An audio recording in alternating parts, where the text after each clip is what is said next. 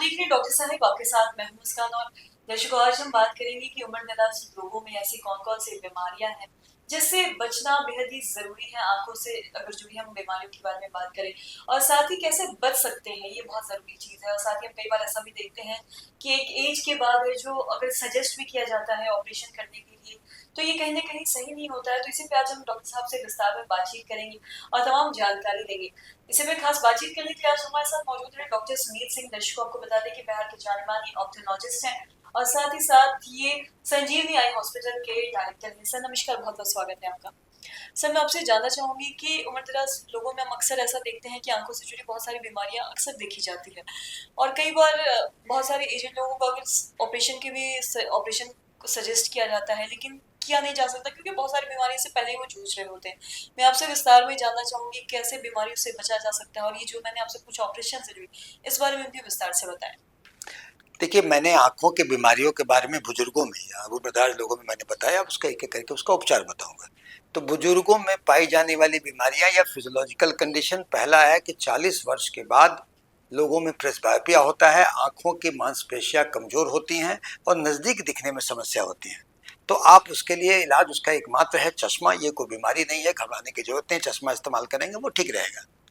इसके बाद देखेंगे कि भाई सबसे कॉमन रोशनी कम होना रिवर्सिबल मोतियाबिंद के कारण बुजुर्गों में होता है। मोतियाबिंद होता है, इसके लक्षण क्या है? मोतियाबिंद से कम दिखेगा और मोतियाबिंद का एकमात्र उपाय ऑपरेशन ही है। ऑपरेशन जब आप करते हैं तो ठीक है, आपने कहा जैसे कि बहुत बुजुर्ग में जो इसको कि इतने ज़्यादा कंडीशन हो तो ऑपरेशन नहीं हो सकते, मगर ऐसे लोगों की संख्या कम है।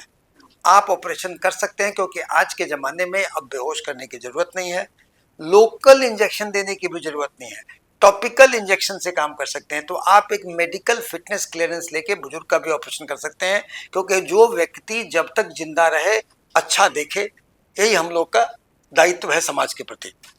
तो वो अच्छा दिखने के लिए सर्जरी करना है। सर्जरी करने में कोई बहुत बाधाएं नहीं आती हैं, ब्लड शुगर, ब्लड प्रेशर वगैरह कंट्रोल करके सर्जरी की जा सकती है। अगर कोई मेडिकल कंडीशन है तो कार्डियक मॉनिटर लगा के फिजिशियन के प्रेजेंस में कर सकते हैं, लेकिन कर सकते हैं। तो मोतियाबिंद का एकमात्र इलाज ऑपरेशन है। ऑपरेशन भी आजकल बहुत एडवांसमेंट हो गया है, फेको मेथड से होता है, न चीरा, न सुई, न पट्टी, न टाका, और इस तरह से आप बहुत सिंप्लीफाइड हो गया है। अब वो टॉपिकल एनेस्थीसिया में होता है, इसलिए आप ऑपरेशन के लिए फेको का बेधड़क कराएं। ऑपरेशन, मोतियाबिंद का ऑपरेशन सहज है, किया जा सकता है। दूसरा, तीसरा कि डायबिटीज से जनित अंधत्व भी काफी महत्वपूर्ण है। एक बुजुर्ग लोगों में डायबिटीज बहुत जबरदस्त पांव पसार रहा है, तो डायबिटिक रेटिनोपैथी नामक बीमारी होती है जो पर्दे का तकलीफ से होती है। तो इसके दूर करने के लिए, एक अगर डायबिटीज़ है तो नियमित अंतराल पर उसकी आप जांच कराएं, और अगर डायबिटिक रेटिनोपैथी है तो आप उसका उपचार करें। उसके लिए आपको लेज़र की ज़रूरत, इंजेक्शन की ज़रूरत, कोई इंजेक्शन जरूरत पड़े तो वो आप कर सकते हैं, और उसके बाद उसका उपचार आप करेंगे तो डायबिटीज़ से गई हुई रोशनी जो चली गई तो चली गई, फर्दर रोशनी नहीं जाएगी।